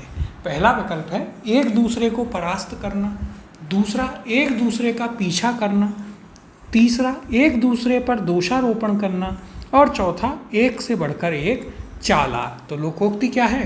तू डाल डाल में पात पात, अर्थात एक दूसरे से अधिक चालाक होना। तो सही उत्तर हो जाएगा ऑप्शन नंबर 4। और जो तीसरा विकल्प है एक दूसरे पर दोषारोपण करना, यह हम आपको पहले बता चुके हैं कल की कक्षा में, क्या था? तो यह होता है कीचड़ उछालना। इसके लिए क्या होता है मुहावरा? इसके लिए एक मुहावरा होता है कीचड़ उछालना। अब 137वां प्रश्न देखते हैं। जैसा मौका देखा वैसा बन गए, यह अर्थ किस लोकोक्ति का होगा? तो पहला है अपनी अपनी ढपली अपना अपना राग, दूसरा गंगा गए गंगादास जमुना गए जमुनादास, तीसरा सावन के अंधे को हरा ही हरा दिखता है, और चौथा खरबूजे को देखकर खरबूजा रंग बदलता है। तो देखिए यहाँ पर क्या दिया गया है? जैसा मौका देखा वैसे बन गए, यानी कि इसका यदि आप अर्थ निकालेंगे तो क्या होगा? इसका अर्थ होगा अवसरवादी। क्या अर्थ होगा? इसका अर्थ होगा अवसरवादी। तो देखते हैं पहला क्या है? अपनी अपनी ढपली अपना अपना राग, सभी अपनी अपनी बात करते हैं। दूसरा गंगा गए गंगादास जमुना गए जमुनादास, यानी अवसरवादी होना, और यहाँ भी अवसरवादी है। तो सही उत्तर हो जाएगा ऑप्शन नंबर 2, ये इसका सही उत्तर होगा। तीसरा विकल्प क्या है? सावन के अंधे को हरा ही हरा दिखता है। तो अब इसका अर्थ देखते हैं। इसका अर्थ क्या होता है? इसका अर्थ होता है कि इसका अर्थ होता है कि या तो कोई व्यक्ति जो सुख वैभव में पला बड़ा हो वो, या फिर पूर्वाग्रह से ग्रस्त हो, वो दूसरों की वास्तविकता को नहीं समझ सकता। तो देखिए यहाँ पर क्या अर्थ लिख लेते हैं हम इसका? तो इसका अर्थ लिख लेते हैं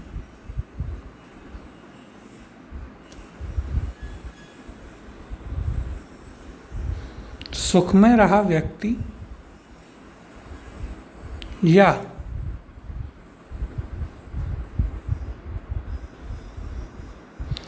या पूर्वाग्रह से ग्रस्त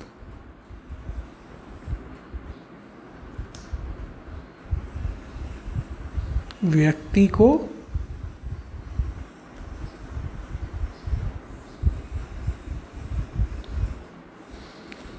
दूसरों के कष्ट नहीं दिखते, कष्ट या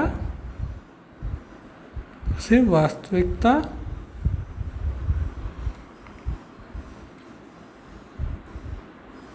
नहीं दिखती, यह इसका अर्थ होता है। और चौथा विकल्प क्या है?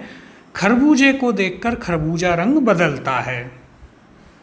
तो यह तो आप कई बार सुन भी चुके होंगे, यानी संगति का प्रभाव होता है। तो देखिए इसका अर्थ हम यहाँ पर लिख लेते हैं।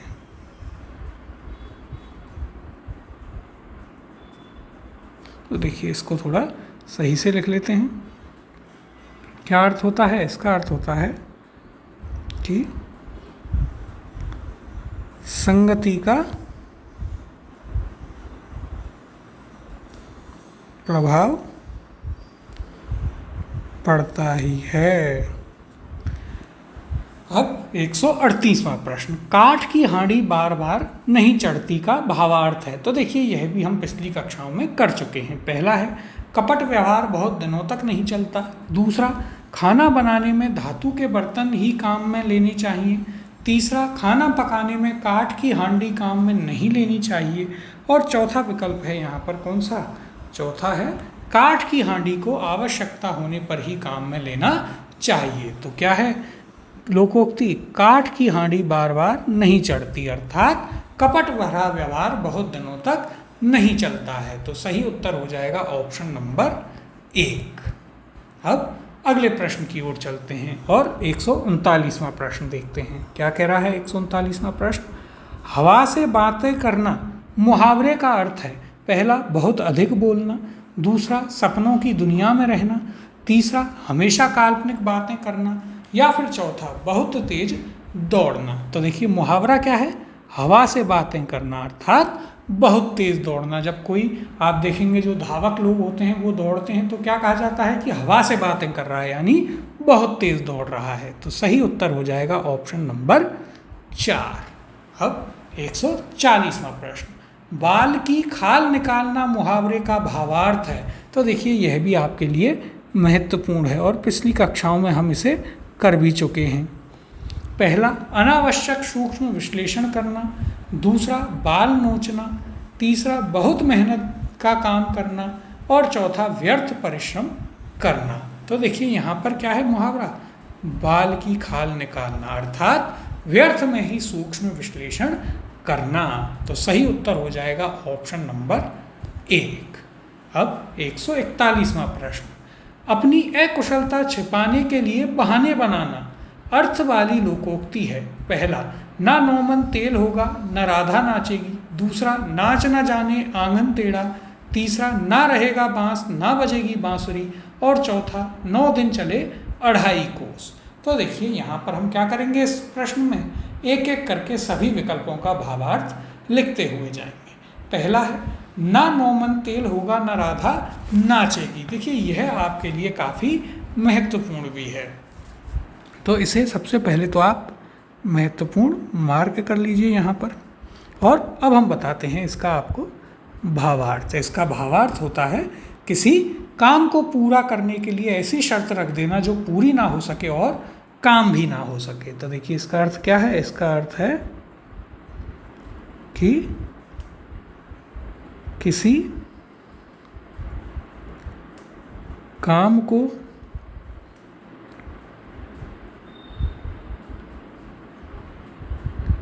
पूरा करने के लिए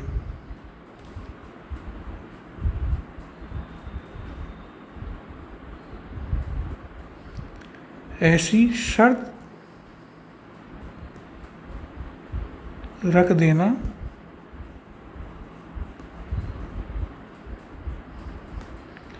जो पूरी न हो सके और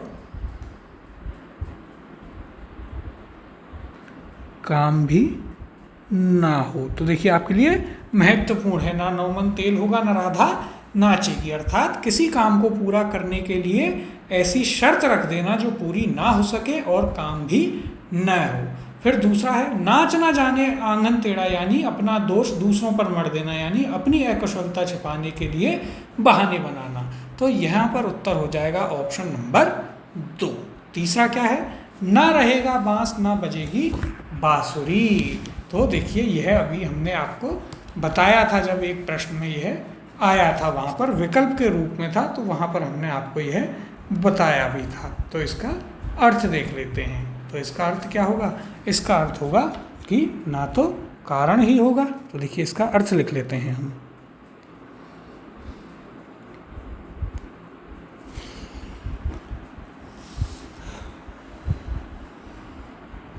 क्या अर्थ होता है? न कारण होगा न कार्य होगा।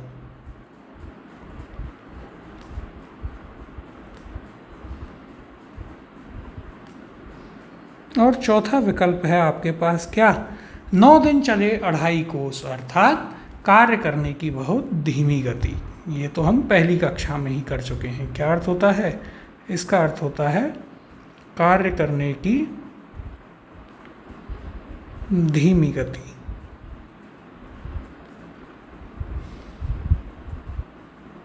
अब 142वां प्रश्न देखते हैं। गले के नीचे उतरना मुहावरे का अर्थ है पहला खो जाना, दूसरा पचाना, तीसरा हजम करना और चौथा समझ में आना। तो देखिए क्या है मुहावरा। मुहावरा है आपके पास गले के नीचे उतरना। इसका अर्थ होता है किसी चीज़ का समझ में आना। तो सही उत्तर होगा ऑप्शन नंबर 4। अब अगला प्रश्न 143वां प्रश्न है। बाँछें खिलना का आशय है पहला फसल में फलियां आ जाना, दूसरा अत्यंत प्रसन्न होना, तीसरा है काम पूरा हो जाना और चौथा खिलखिलाकर हंसना। तो देखिए यहाँ पर मुहावरा क्या है, बाँछें खिलना। बाँछें खिलना का अर्थ होता है अत्यंत प्रसन्न होना। तो सही उत्तर हो जाएगा ऑप्शन नंबर 2। अब अगले प्रश्न की ओर चलते हैं और देखते हैं 144वां प्रश्न। बालू से तेल निकालना का अर्थ है। तो देखिए यह भी हम आपको पहले बता चुके हैं। इसके विकल्प देखते हैं। पहला बहुत साधन संपन्न होना, दूसरा असंभव काम करना, तीसरा पूर्णतः स्वस्थ होना और चौथा शीघ्र नष्ट होने वाली वस्तु। तो यहाँ पर मुहावरा क्या है, बालू से तेल निकालना अर्थात असंभव कार्य करना। तो सही उत्तर हो जाएगा ऑप्शन नंबर 2। और शीघ्र नष्ट होने वाली वस्तु को क्या कहते हैं, इसको कहते हैं ओस का मोती। यह भी आगे एक प्रश्न में आएगा। क्या होता है, ओस का मोती। अब 145वां प्रश्न। कुछ ना कुछ बुराई सब जगह होती है, अभिप्राय की वाचक लोकोक्ति है। पहला कढ़ाई से गिरा चूल्हे में पड़ा, दूसरा काबुल में क्या गधे नहीं होते, तीसरा दान की बछिया के दांत नहीं गिने जाते और चौथा कर्म से बलिया पकाई खीर हो गया दलिया। अब इन्हें एक एक करके हम देखते हैं। तो देखिए पहला क्या है, पहला है आपके पास यहाँ पर कढ़ाई से गिरा चूल्हे में पड़ा, यानी कि एक के बाद एक मुसीबत में पड़ना। इसका अर्थ क्या होता है, इसका अर्थ होता है एक के बाद एक मुसीबत में पड़ना।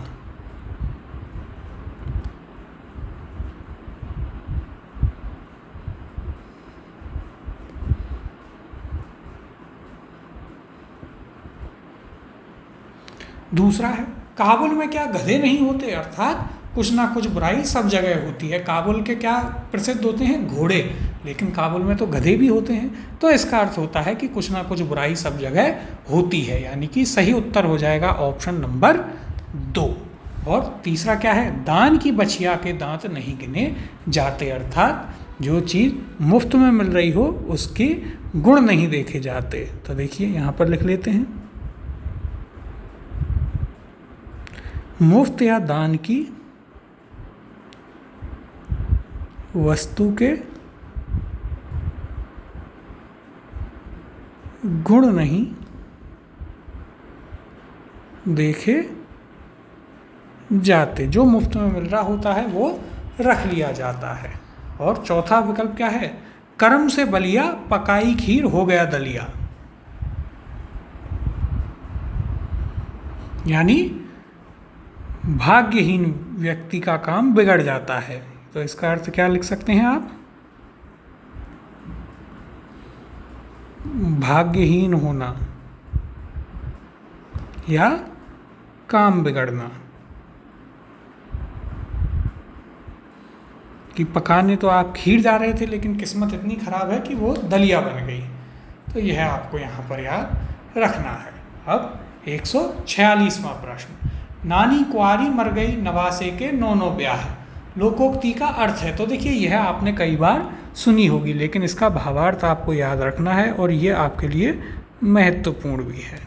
पहला अधिक जानने वाले को उपदेश देना, दूसरा व्यर्थ शेखी बघारने वाला, तीसरा दूसरों की संपत्ति से लाभ उठाने वाला और चौथा एक आदमी अपराध करे और दूसरा दंड भुगते। तो देखिए क्या है, कहावत नानी कुआरी मर गई और नवासे के 9 ब्याह, यानी कि दूसरों की संपत्ति से लाभ उठाने वाला। तो सही उत्तर हो जाएगा आपका ऑप्शन नंबर 3।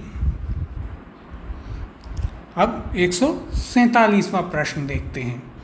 काम बिगड़ जाने के बाद पश्चाताप करना व्यर्थ है। इस अर्थ हेतु उपयुक्त लोकोक्ति है। पहला, अब पछताए होत क्या जब चिड़िया चुग गई खेत। दूसरा, नहीं विष बेल अमीय फल पूरही। तीसरा, का वर्षा जब कृषि सुखाने। और चौथा, एक पाई सारी नाव डुबोता है। तो देखते हैं क्या दिया गया है। काम बिगड़ जाने के बाद पश्चाताप करना व्यर्थ है, अर्थात अब पछताए होत क्या जब चिड़िया चुग गई खेत। तो सही उत्तर हो जाएगा ऑप्शन नंबर 1। और तीसरा क्या है देखिए, का वर्षा जब कृषि सुखाने। तो समय के बाद किसी वस्तु के मिलने का कोई अर्थ नहीं रहता है। इसका अर्थ क्या होगा तीसरे का, समय निकलने के बाद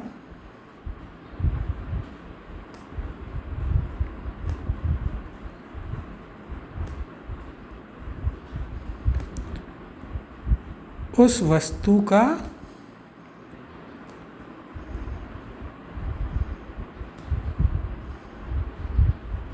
कोई महत्व नहीं रहता है। 148वां प्रश्न है, अरहर की टाटी गुजराती ताला लोकोक्ति का सही अर्थ है। पहला, सामान्य चीज को भी अच्छा सजाना। दूसरा, बिना सोचे समझे काम करना। तीसरा, गरीब होने पर भी धनवान होने का दिखावा करना। और चौथा, कम मूल्यवान वस्तु की सुरक्षा हेतु अधिक खर्च करना। तो देखिए यहाँ पर क्या है लोकोक्ति, अरहर की टाटी गुजराती ताला। टाटी यानी जो दरवाजे में टटिया लगी होती है, जो लकड़ी लगी रहती है, जो कमज़ोर होती है अरहर की लकड़ी, और उसके ऊपर गुजराती ताला यानी मजबूत ताला। तो इसका अर्थ हुआ कम मूल्यवान वस्तु की सुरक्षा हेतु अधिक खर्च करना। तो सही उत्तर हो जाएगा ऑप्शन नंबर 4। अब अगले प्रश्न की ओर चलते हैं और देखते हैं 149वां प्रश्न। आ बैल मुझे मार कहावत का अर्थ है। पहला, कठिन कार्य करना। दूसरा, बैल को हल में जोतना। तीसरा, बैल द्वारा भार गिरना। और चौथा, बैठे बिठाए आफत मोल लेना। तो देखिए कहावत क्या है, आ बैल मुझे मार यानी जानबूझकर विपत्ति को बुलावा देना, अर्थात बैठे बिठाए आफत मोल लेना। तो सही उत्तर हो जाएगा ऑप्शन नंबर 4। अब देखिए 150वें प्रश्न पर आ चुके हैं। तो 150वां प्रश्न है, बसंत के कोकिल का अर्थ है। पहला, इतरा इतरा कर चलना। दूसरा, कुरूप का श्रृंगार करना। तीसरा, कटु आवाज में बोलना। और चौथा, यदा कदा दृष्टिगत होना यानी कि कभी कभार ही दिखना। तो क्या है कहावत, बसंत की कोकिल। तो इसका सही अर्थ होता है क्या, तो वो होता है यदा कदा दृष्टिगत होना, यानी कि सही उत्तर हो जाएगा ऑप्शन नंबर 4, अर्थात कभी कभार दिखना। अब 151वां प्रश्न है, नानी के आगे ननिहाल का बखान का अर्थ इनमें से कौन सा है। पहला, अनजान को ज्ञान देना। दूसरा, बढ़ा चढ़ा कर कहना। तीसरा, रहस्य का उद्घाटन करना। या चौथा, ज्ञानी के सामने ज्ञान का प्रदर्शन करना। तो देखिए यहाँ पर कहावत क्या है, नानी के आगे ननिहाल का बखान, अर्थात ज्ञानी के सामने ज्ञान देना या ज्ञानी के सामने ज्ञान का प्रदर्शन। तो सही उत्तर हो जाएगा ऑप्शन नंबर 4। अब 152वां प्रश्न देखते हैं, कौन सा मुहावरा और अर्थ युग्म सही नहीं है। पहला, एक आंख से देखना, भेदभाव करना। दूसरा, मुट्ठी में करना, वशीभूत करना। तीसरा, दूध का दुला होना, निष्कलंक होना। और चौथा, गाल बजाना, बढ़ चढ़कर आत्म प्रशंसा करना। तो यहाँ पर क्या है, मुहावरा और अर्थ युग्म सही नहीं है, यानी कि किस मुहावरे का अर्थ उसके आगे सही नहीं दे रखा है। तो एक एक करके देख लेते हैं। पहला है, एक आंख से देखना अर्थात भेदभाव करना। तो यह आपका गलत है। हमने आपको शुरुआत में ही बताया था एक आंख से देखना का अर्थ क्या होता है, इसका अर्थ होता है समान व्यवहार करना। क्या अर्थ होता है, समान व्यवहार करना। यहाँ पर क्या पूछा है, सही नहीं है, तो वो हो गया आपका ऑप्शन नंबर 1। तो उत्तर है ऑप्शन नंबर 1। बाकी के देखें, यदि मुट्ठी में करना यानी वश में करना, तो यह भी सही है। दूसरा, दूध का धुला होना यानी निष्कलंक होना या सीधा होना। और चौथा, गाल बजाना हमने शुरुआत में ही बताया था, स्वयं की प्रशंसा करना, तो यह भी सही है। अब 153वां प्रश्न देखते हैं। आए थे रिक्त स्थान भजन को, रिक्त स्थान लगे कपास। लोकोक्ति में रिक्त स्थानों के लिए उपयुक्त शब्दों का विकल्प चुनिए। तो देखिए यह भी आपके लिए एक महत्वपूर्ण प्रश्न है। यहाँ पर आपको क्या है, लोकोक्ति याद होनी चाहिए। तो लोकोक्ति क्या होती है, सीधे हम आपको यह पूरी लोकोक्ति बता देते हैं। यानी कि यहाँ पर लोकोक्ति है क्या, आए थे हरि भजन को और ओटन लगे कपास। तो देखिए यहाँ पर क्या आएगा, आए थे हरि भजन को ओटन लगे कपास। देखते हैं किस विकल्प में है ये दोनों शब्द। तो ये हैं आपके ऑप्शन नंबर 3 में। तो सही उत्तर हो गया ऑप्शन नंबर 3। इसका अर्थ क्या होगा लोकोक्ति का, आए थे हरि भजन को और ओटन लगे कपास, अर्थात अपने उद्देश्य को छोड़कर कुछ और कार्य में लग जाना। क्या अर्थ होगा, इसका अर्थ होता है अपने उद्देश्य या जो मुख्य कार्य है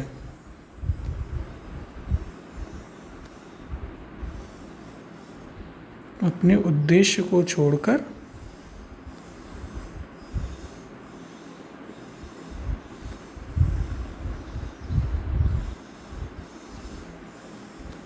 अन्य कार्य में लग जाना, यह इसका अर्थ होता है। अब अगले प्रश्न की ओर चलते हैं और 154वां प्रश्न देखते हैं क्या कह रहा है। मुहावरे का युक्ति युक्त अर्थ नहीं है, यानी कि किस मुहावरे का अर्थ सही नहीं दिया गया है। पहला, पेंदे के बल बैठना, पराभव मरना। दूसरा, छाती उमड़ाना, प्रेम या करुणा से गदगद होना। तीसरा, छठी का राजा अर्थात कठिन परिश्रम करने वाला। और चौथा, चादर से बाहर पैर फैलाना अर्थात मर्यादा का उल्लंघन करना। तो इसमें भी हम क्या करेंगे, एक एक करके सभी को देखते हुए चलते हैं। पहला क्या है, पेंदे के बल बैठना अर्थात पराभव मरना, तो यह बिल्कुल सही है। दूसरा, छाती उमड़ाना, प्रेम या करुणा से गदगद हो जाना, तो यह भी बिल्कुल सही है। तीसरा, छठी का राजा अर्थात कठिन परिश्रम करने वाला, यह भी सही है। चौथा, चादर से बाहर पैर फैलाना अर्थात मर्यादा का उल्लंघन करना, तो यह तो आपका गलत हो गया। इसका अर्थ हमने आपको बताया था क्या होता है, इसका अर्थ होता है सामर्थ्य से अधिक अपव्यय करना। क्या अर्थ होता है, इसका अर्थ होता है सामर्थ्य से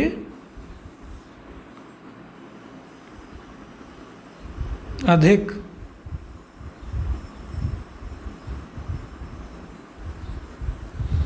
अपव्यय करना। तो यानी कि यहाँ पर सही उत्तर क्या हो जाएगा, ऑप्शन नंबर 4 ये सही उत्तर होगा।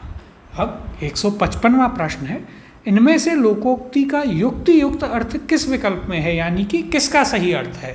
तो यानी कि 3 यहाँ पर ऐसे हैं जिनका अर्थ सही नहीं है, तो उन्हें हम आपको सही अर्थ बताएंगे और एक यहाँ पर सही है ही जिसे हमें पहचानना है। पहला है, कन कन जोड़े मन जोड़े अर्थात बिना परिश्रम मन है कामना सिद्ध हो जाती है। दूसरा, घर ही के मर्द हैं अर्थात डरपोक आदमी। तीसरा, छूटा बाज ना आवे हाथ, यानी लाभ कर वस्तु कुरूप भी हो तो अच्छी है। और चौथा, रुपया तो शेख नहीं तो जुल्हा, यानी रुपये से रुपया पैदा होता है। यहाँ क्या पूछा है, युक्ति युक्त अर्थ किस विकल्प में है। तो देखते हैं एक एक करके। तो पहला क्या है, कन कन जोड़े मन जोड़े, यानी बिना परिश्रम मन है कामना सिद्ध हो जाना, तो यह गलत है। कन कन जोड़े मन जोड़े, इसका अर्थ क्या होता है, इसका अर्थ होता है बचत करना। क्या अर्थ होता है इसका, बचत करना। दूसरा है, घर ही के मर्द हैं अर्थात डरपोक आदमी, तो यह भी गलत है। यानी कि क्या होना, घर के ही मर्द होना, यानी अपनों पर जोर चलाना। तीसरा, छूटा बाज ना आहावे हाथ, यानी लाभ कर वस्तु कुरूप भी अच्छी होती है, तो यह तो गलत हो गया। यह छूटा बाज ना आवे हाथ अर्थात एक बार जो समय निकल गया वह वापस नहीं आएगा। और चौथा, रुपया तो शेख नहीं तो जुलाहा, यानी रुपये से रुपया पैदा होता है ऐसा, यह भी आपका क्या हो गया। यदि यहाँ पर देखें तो देखिए यह आपका हो गया सही। तो सही उत्तर होगा ऑप्शन नंबर 4, रुपया तो शेख नहीं तो जुलाहा अर्थात रुपये से रुपया पैदा होता है। अब 156वां प्रश्न, खे खाना मुहावरे का अर्थ है। देखिए ये पटवार परीक्षा में पूछा था। पहला, अनुभवी या चालाक होना, दूसरा खाने का लालची होना, तीसरा आसान समझना, चौथा बुरी दशा में रहना। तो मुहावरा क्या है? खे खाना। इसका अर्थ होता है बुरी दशा में रहना। तो सही उत्तर हो जाएगा ऑप्शन नंबर 4। अब 157वां प्रश्न देखते हैं। हाथी के पांव में सबका पांव लोकोक्ति का निकटतम अर्थ है। यह हमने प्रथम कक्षा जो हुई थी, पहली ही कक्षा में यह प्रश्न किया था, शुरुआती प्रश्नों में ही था। तो यहाँ पर विकल्प हैं। पहला, यदि किसी व्यक्ति का कोई कुटुंबी उन्नति करता है तो उसका भी नाम होता है। दूसरा, बड़े लोगों के साथ छोटों की भी गुजर हो जाती है। तीसरा, किसी काम को करने में बड़े आदमियों के असफल होने पर छोटा उसे करने को तैयार हो जाता है। और चौथा, किसी बड़े का भार बड़ा ही उठाता है। तो यहाँ पर क्या है? लोकोक्ति, हाथी के पाँव में सबका पाँव समाए, यह आपकी लोकोक्ति होती है। इसका निकटतम अर्थ जो है वो है आपका ऑप्शन नंबर 1। यदि किसी व्यक्ति का कोई कुटुंबी उन्नति करता है तो उसका भी नाम हो जाता है, यानी सबकी उससे निभ जाती है। अब अगले प्रश्न की ओर चलते हैं और 158वां प्रश्न देखते हैं। बाहें खिलना मुहावरे का अर्थ है। पहला, बाल बिखर जाना, दूसरा, बहुत खुश होना, तीसरा, बगल झांकना और चौथा, कली खिलना। तो देखिए यहाँ पर मुहावरा क्या है? बाहें खिलना। बाहें खिलना का अर्थ होता है बहुत खुश होना। तो सही उत्तर हो जाएगा ऑप्शन नंबर 2। और बगल झांकना, ये हमने आपको बताया था, इसका अर्थ क्या होता है? इसका अर्थ होता है बचने की कोशिश करना। क्या अर्थ होता है? बचने की कोशिश करना। अब 159वां प्रश्न। पक्षपातपूर्ण व्यवहार करना भाव की अभिव्यक्ति हुई है। पहला, अंधा बांटे रेवड़ी फिर अपनों को दे। दूसरा, चिराग तले अंधेरा। तीसरा, तिनके की ओट में पहाड़। और चौथा, दाल में काला होना। तो देखिए यहाँ पर क्या है? पक्षपातपूर्ण व्यवहार करना। देखते हैं। पहला, अंधा बांटे रेवड़ी फिर अपनों को दे। तो हमने आपको एक प्रश्न में यह बताया था। इसका अर्थ क्या होता है? पक्षपात करना। तो सही उत्तर हो जाएगा ऑप्शन नंबर 1। दूसरा क्या है? चिराग तले अंधेरा, अर्थात स्वयं की बुराई ना दिखाई देना। इसका अर्थ क्या होता है? स्वयं की बुराई न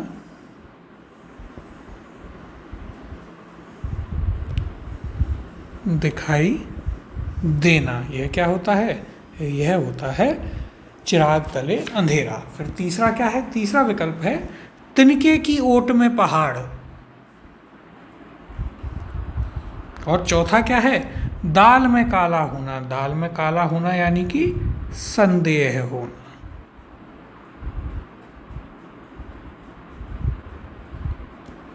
अब 160वां प्रश्न, मुहावरे का अर्थ क्या होता है? तो देखिए ये आपके लिए एक महत्वपूर्ण प्रश्न है। कभी कभार जब इस प्रकार के प्रश्न पूछ लिए जाते हैं तो लोगों को इनकी हवा ही नहीं लगती। पहला है उल्टा, दूसरा यथार्थ, तीसरा लाक्षणिक और चौथा सामान्य। तो देखिए मुहावरे का अर्थ होता है क्या? लाक्षणिक। तो सही उत्तर होगा ऑप्शन नंबर 3 और आप इसे यहाँ पर याद जरूर रखेंगे। अब 161वां प्रश्न देखते हैं। निम्न वाक्य के लिए उचित लोकोक्ति के सही विकल्प पर निशान लगाएं। वाक्य क्या है? सच बोलने वाले व्यक्ति को डरने की जरूरत नहीं। विकल्प हैं, पहला अंत भले का भला, दूसरा जैसा देश वैसा भेष, तीसरा सांच को आँच नहीं और चौथा नेकी कर कुएं में डाल।